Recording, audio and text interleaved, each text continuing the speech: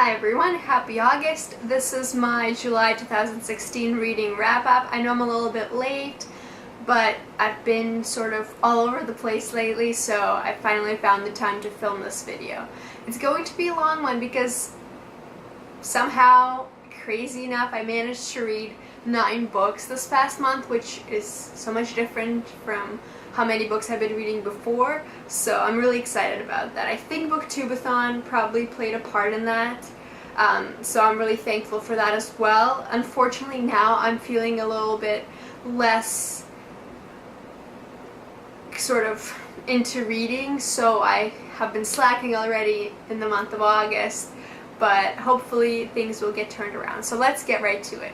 The first book that I read was Frankenstein, and I gave that book 4 out of 5 stars. I didn't really know what to expect from the book. Like, I knew the basic story, like everyone knows what the book's kind of about. There's a creature that gets created by Dr. Frankenstein, who sort of doesn't think about the consequences of his project that he's doing, so he's just really keen on making this thing, but he doesn't really think about what's going to happen to it after and all the things that will snowball from then on. And you know, that creation really leads to a lot of really unfortunate events that start happening over time, and you just have to read the book. It's not a very long read, but it was such a heartfelt story about struggle and about consequences and just about sort of accepting different people and really, you know, being able to see things through and not just abandoning them. So great book. I was really pleased with it, and it makes me want to read classics that much more.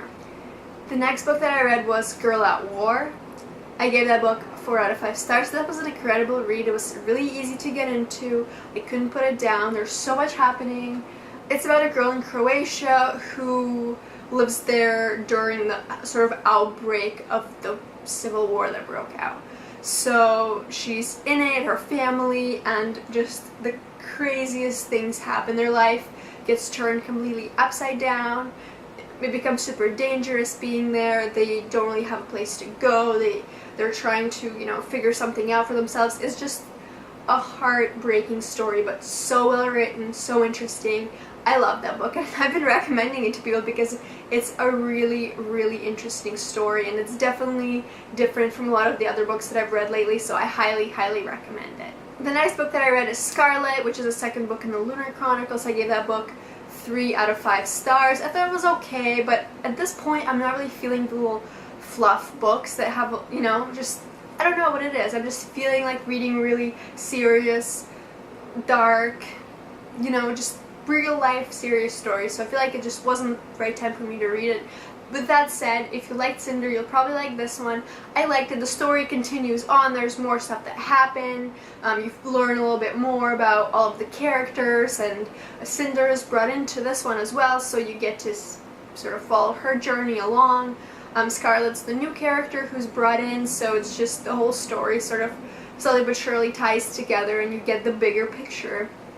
And some of the things from Cinder become more clear, so I guess it's great that 2 books are tied in even more, and the third one I'll have to read and see how the story goes, and finally Winter to see how it ends. So it was a good read, definitely. I've heard some people didn't really like Scarlet as much as they liked Cinder, so that might be it as well. I'll just have to get the next book and read it and see how I feel. The next book that I read was Handmaid's Tale, and I finally got my hands on it from the library, which was very exciting. I ended up giving this book 5 out of 5 stars. It was such an incredible read. It was slow at first, so it took me a little while to get into it and to sort of really understand what was happening, how they got there.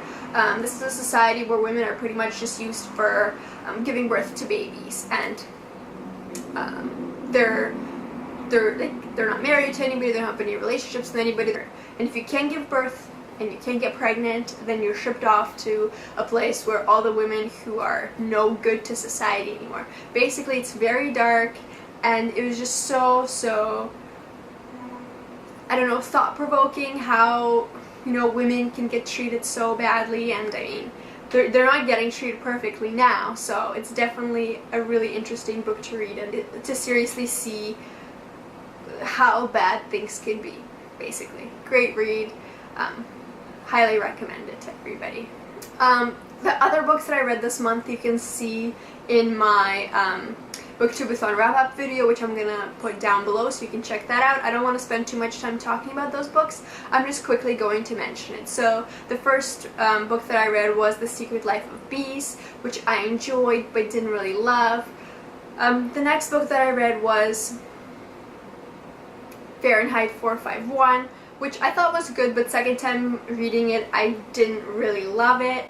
The next book that I read for Booktubeathon was You'll Grow Out of It by Jessie Klein. I thought it was funny and entertaining, so if you like humorous books that are also memoirs, go for it. And the last two books were both by Stephen King. The first one was Pet Sematary, which I really enjoyed, so if you like Stephen King, you'll definitely like this book. And the second one was Carrie, which I didn't really like as much, but it was still a decent read. So if you've been thinking about reading Carrie, I highly recommend it as well. So that's it for my July 2016 reading wrap-up. Please let me know how many books you ended up reading and what they were, and also please let me know if you've read any of these books that I've talked about and what you thought of them. Thank you so much for watching. I hope you're having an awesome August. I'll see you next time.